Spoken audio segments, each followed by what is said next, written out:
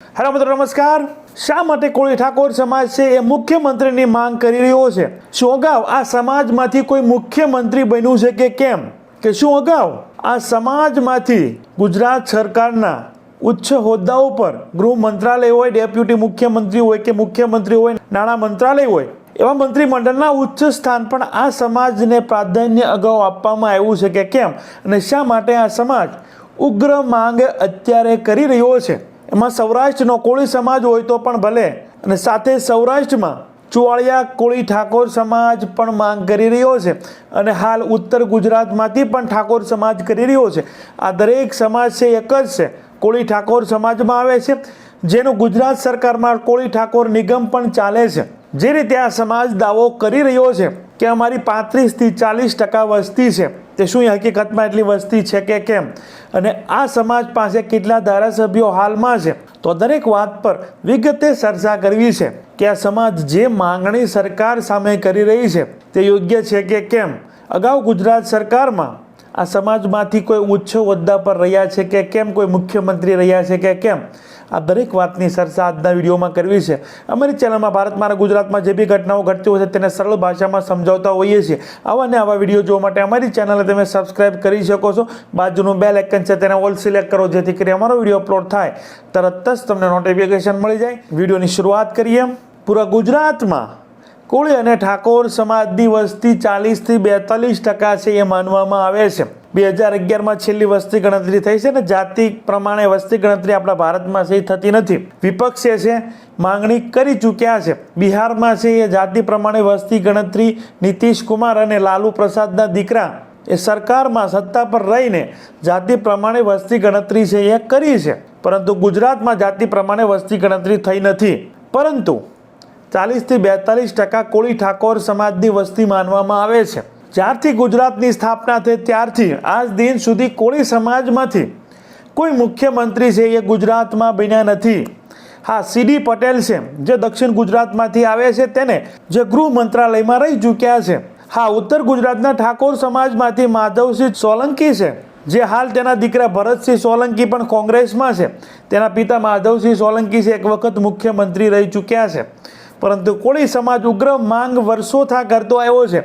એના દરેક સંગઠનો દરેક ચૂંટણીઓમાં છે એ માંગો કરતો આવ્યો છે કે અમારી વસ્તી પ્રમાણે અમને પ્રાધાન્ય આપવામાં આવતું નથી। એ સંગઠનો માને છે કે હવે અમારો સમાજ જાગૃત થઈ ચૂક્યો છે, હવે અમારો સમાજ ધારે એ પાર્ટીને સત્તા પર લાવી શકે છે, હવે અમારો સમાજ ધારે એને સત્તા પરથી પાડી શકે છે। એવી અવારનવાર એના સંગઠનો એની એકતાએ આવો મેસેજ છે એ સરકારને આપ્યો છે। કોળી સમાજ હોય, ઠાકોર સમાજ હોય, એમાં ચુવાળિયા ઠાકોર હોય તો પણ ભલે, ઉત્તર ગુજરાતના ઠાકોર હોય તો પણ ભલે, હાલ એ સમાજ શિક્ષિત થયો છે।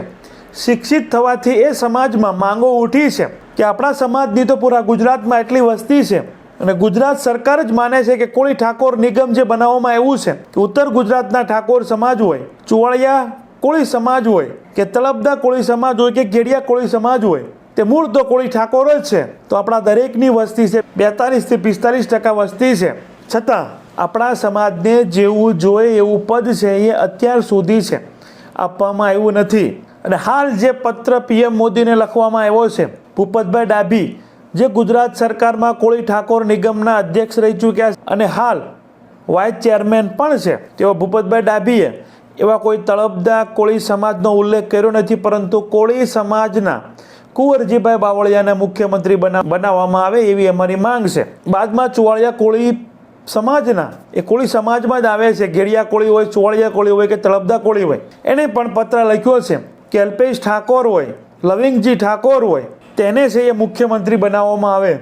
તો અવરઓલ તો કોળી સમાજમાંથી અને ઠાકોર સમાજમાંથી માંગ ઉઠી છે કે અમારા સમાજનાને કોઈને મુખ્યમંત્રીના પદ પર સ્થાન આપવામાં આવે। કોળી સમાજના દરેક સંગઠનો અગાઉ છે માંગ કરી ચૂક્યા છે। એમાં કોંગ્રેસના નેતા પણ હોય તો પણ ભલે, ભાજપના કોઈ નેતા હોય તો પણ ભલે, ભારતીય જનતા પાર્ટીમાંથી અલ્પેશ ઠાકોર હોય, લવંગજી ઠાકોર હોય કે કુંવરજીભાઈ બાવળિયા હોય, જે ખૂબ મોટા ગજાના નેતા છે, કોંગ્રેસમાં પણ દિગ્ગજ નેતાની છબી ધરાવતા હતા। ભારતીય જનતા પાર્ટીમાં આવતા વેત જ તેને કેબિનેટમાં સ્થાન ભારતીય જનતા પાર્ટીને આપવું પડ્યું હતું। એનું કદ છે એ બતાવે છે કે ભારતીય જનતા પાર્ટીને કુંવરજીભાઈ બાવળિયાને ભારતીય જનતા પાર્ટીમાં લાવીને તરત જ કેબિનેટમાં સ્થાન આપવું પડ્યું. સામે કોંગ્રેસમાં પણ આ સમાજના ઘણા બધા નેતાઓ છે. જગદીશ ઠાકોર હોય, ગેનીબેન ઠાકોર હોય, વિમલ ચુડાસમા હોય, પૂંજાભાઈ વંશ હોય, જેને વિપક્ષનો રોલ છે એ અદા કર્યો છે. આ કોળી ઠાકોર સમાજના જે સંગઠનો છે એ માંગ કરી રહ્યા છે કે હવે અમારા એવા નેતાઓ કેપેબલ છે, કુંવરજી બાવળિયા હોય કે જગદીશ ઠાકોર હોય કે ગેનીબેન ઠાકોર હોય, બંને પાર્ટીઓમાં કે પૂંજાભાઈ વંશ હોય, એ મુખ્યમંત્રી બની શકે. એટલે હાલ એ માટે માંગ ઉઠી છે. પહેલાં કદાચ માંગ ઉઠતી, પરંતુ એ સમાજો પાસે એ સમાજના એવા નેતાઓ નહોતા જે મુખ્યમંત્રીના પદ પર રહેવા માટે કાબિલ હોય. પરંતુ હાલ એ સમાજો પાસે એ સમાજ શિક્ષિત થયો છે. શિક્ષિત થવાથી એ સમાજમાંથી સારા નેતાને છૂટીને સરકારમાં મોકલ્યા છે કે વિપક્ષમાં મોકલ્યા છે, જેનાથી હાલ એ સમાજ ગુજરાતમાં એ સમાજની વસ્તી હોવા છતાં પણ ગુજરાતની સ્થાપના થઈ તે સમયથી હજુ કોળી સમાજને કે ચુવાળિયા કોળી સમાજને છે મુખ્યમંત્રી મળ્યા નથી. જોવાનું રહેશે આવનાર ચૂંટણીઓમાં કોંગ્રેસ પાર્ટી છે એ ગેનીબેન ઠાકોરને અથવા જગદીશ ઠાકોરને છે પ્રમોટ કરવા જઈ રહી છે. જિગ્નેશ મેવાણી છે, પૂંજાભાઈ વંશ છે, વિમલભાઈ ચુડાસમા છે, ગેનીબેન ઠાકોર છે, જગદીશભાઈ ઠાકોર છે. આ નેતાઓ છે એ એવા સમાજમાંથી આવે છે, એ સમાજની વસ્તી છે, પરંતુ એ વસ્તી દીઠ એ સમાજનું સ્થાન સરકારમાં કે વિપક્ષમાં નથી. પરંતુ હાલ બંને પાર્ટીઓ, કોંગ્રેસ પાર્ટી ખાસ આ સમાજના નેતાઓને છે આગળ સ્થાન આપી રહ્યું છે, જેનાથી જે સરકાર છે ભારતીય જનતા પાર્ટીની તે પણ કોંગ્રેસ આવનાર ચૂંટણીઓમાં આ સમાજને કોંગ્રેસ તરફ આ સમાજ ન જતો રહે એ માટે ભારતીય જનતા પાર્ટી પણ મંત્રીમંડળનું વિસ્તરણ કરી અને આ સમાજના, એમાં દલિત સમાજ હોય, કોળી સમાજ હોય, ઠાકોર સમાજ હોય, ઓબીસી સમાજ હોય કે પટેલ સમાજ હોય કે આદિવાસી સમાજ હોય, એ દરેક સમાજને તેની વસ્તી પ્રમાણે જે એ સમાજો જાગૃત થયા છે અને એમાં માંગો ઉઠી છે એ પ્રમાણે હાલ સરકારને તે સમાજને સ્થાન છે એ આપવું પડે છે. જો એ સ્થાન ન આપે તો આવનાર ચૂંટણીઓમાં સામેની પાર્ટી છે એ સમાજને ટિકિટ આપે છે અને સત્તા પાર્ટી જે સમાજની વસ્તી હોવા છતાં એ સીટ પર એ સમાજને ટિકિટ આપતી નથી. તો હાલ જ્ઞાતિવાદ તો ચાલે જ છે, ચરણ સીમાએ છે. એ પ્રમાણે એ જ્ઞાતિના ઉમેદવારને તેના સમાજના લોકો છે એ મત આપતા હોય છે. હાલ ગુજરાતમાં 35થી 40 ધારાસભ્યો કોળી ઠાકોર સમાજના છે. કોંગ્રેસ પાર્ટીમાં પણ છે, ભારતીય જનતા પાર્ટીમાં પણ છે ને આમ આદમી પાર્ટીમાં પણ છે. ત્રણેય પાર્ટીમાં આ સમાજના ધારાસભ્યો છે. હજુ એ સમાજના સંગઠનો અવારનવાર માંગ કરતા એવા છે કે હજી ઘણી બધી એવી સીટો છે જ્યાં અમારા સમાજની વસ્તી હોવા છતાં અમને ટિકિટ છે એ મળતી નથી. આ સંગઠનો અવારનવાર જે હાલ 35થી 40 ધારાસભ્યો છે તેનાથી પણ વધારે હજુ વિધાનસભામાં અમારા ધારાસભ્યો છે એ છૂટીને જઈ શકે છે, અમારા સમાજને આગળ લઈ જઈ શકે છે.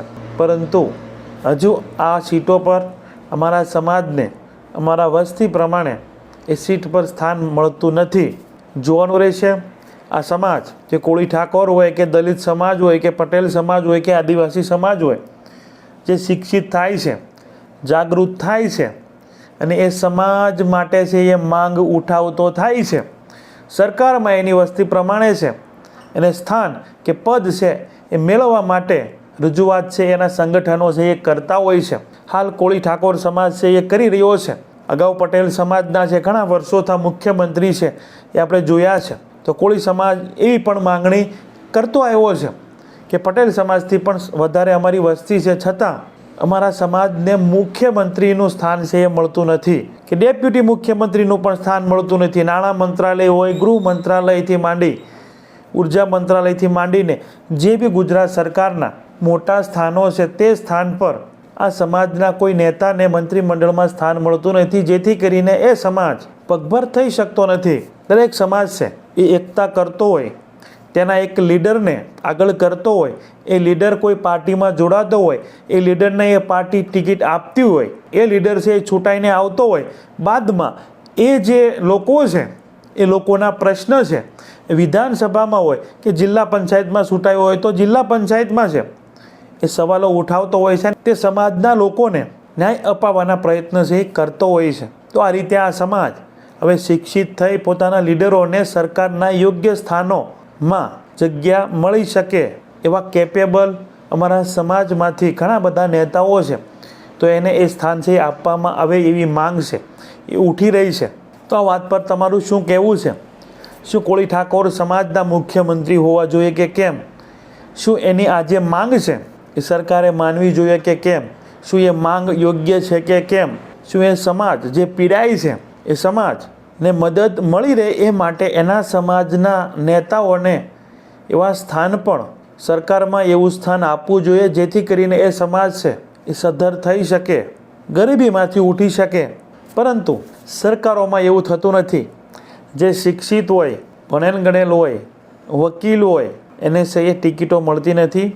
કોઈ બી સમાજમાં મેં માર્ક કર્યું છે, અશિક્ષિત હોય, ઢગલાના ઢ હોય, જે હાઈકમાન્ડ કે જે પાર્ટીનું કે એ માને, એની સામે ન પડે, એની સામે ચાલીને કોઈ કામ ન કરે એવા નેતાઓને છે પાર્ટીઓ ટિકિટ આપતી હોય છે. જો એ સમાજમાંથી પછી કોઈ બી સમાજ હોય, દલિત હોય, આદિવાસી હોય, ક્ષત્રિય સમાજ હોય, આદિવાસી સમાજ હોય, પટેલ સમાજ હોય, એમાંથી કોઈ સારો એવો આગેવાન જે શિક્ષિત છે તેને આપણે ટિકિટ આપીશું તો એનો સમાજ જાગૃત થશે. એનો સમાજ જાગૃત થશે તો એનો સમાજ માંગણી કરશે કે અમારી વસ્તી છે, અમને જે લાભો છે એ મળવા જોઈએ, એ નથી મળતા. બાદમાં એ સમાજને મુખ્યમંત્રીનું સ્થાન આપવું પડશે, ડેપ્યુટી મુખ્યમંત્રીનું સ્થાન આપવું પડશે, સરકારના યોગ્ય જે મંત્રીમંડળમાં સ્થાન છે એ પણ આપવા પડશે. અને આપણી પાસેથી પકડ નહીં રહે એવું આપણે તાલુકા પંચાયત, જિલ્લા પંચાયતથી માંડીને ધારાસભ્યથી માંડી અને લોકસભાના ઉમેદવારોમાં જોયું છે. જે સમાજ પીડિત છે, જે સમાજ હજુ પગભર થયો નથી, એ સમાજના એવા જ ઉમેદવારને ટિકિટ મળતી હોય છે. જે અનપઢ હોય છે, બહુ ભણેલા હોતા નથી, બહુ ભણેલા હોય તો પણ એને ટિકિટ આપતા નથી, કેમ કે એનો સમાજ જાગૃત થઈ જાય તો એનો સમાજ આપણી પાર્ટીને મત નહીં આપે. કે હકીકતમાં આ પાર્ટી તો આપણા સમાજને કે ગુજરાતમાં છે વિકાસ તો કરતી નથી. શિક્ષિત થાય એટલે સમાજ પણ શિક્ષિત થાય, સમાજ શિક્ષિત થાય એટલે એના નેતાઓ પણ શિક્ષિત થાય અને આખો સમાજમાં સુધારો આવશે. તો જે પાર્ટીઓ ચલાવી રહ્યા છે એના ધંધાઓ છે એ બંધ થઈ જાય છે. એટલે આવું બધું છે દરેક પાર્ટીઓમાં છે એ ચાલતું હોય છે. તો આના વિશે તમારું શું કહેવું છે, તમારું શું માનવું છે? તમારા વિચારો છે એ જરૂર કમેન્ટ બોક્સમાં છે એ રજૂ કરજો. અમારી ચેનલમાં ભારતમાં અને ગુજરાતમાં જે બી ઘટનાઓ ઘટતી હોય છે તેને સરળ ભાષામાં સમજાવતા હોઈએ છીએ. અમારા વિડીયોમાંથી તમને થોડુંક કંઈક નવું જાણવા મળ્યું હોય તો અમારી ચેનલને તમે સબસ્ક્રાઈબ કરી શકો છો. બાજુનું બેલ આઇકન છે તેના ઓલ સિલેક્ટ કરો જેથી કરીને અમારો વિડીયો અપલોડ થાય તરત જ તમને નોટિફિકેશન મળી જાય. Thank you. નેક્સ્ટ વિડીયોમાં મળીએ.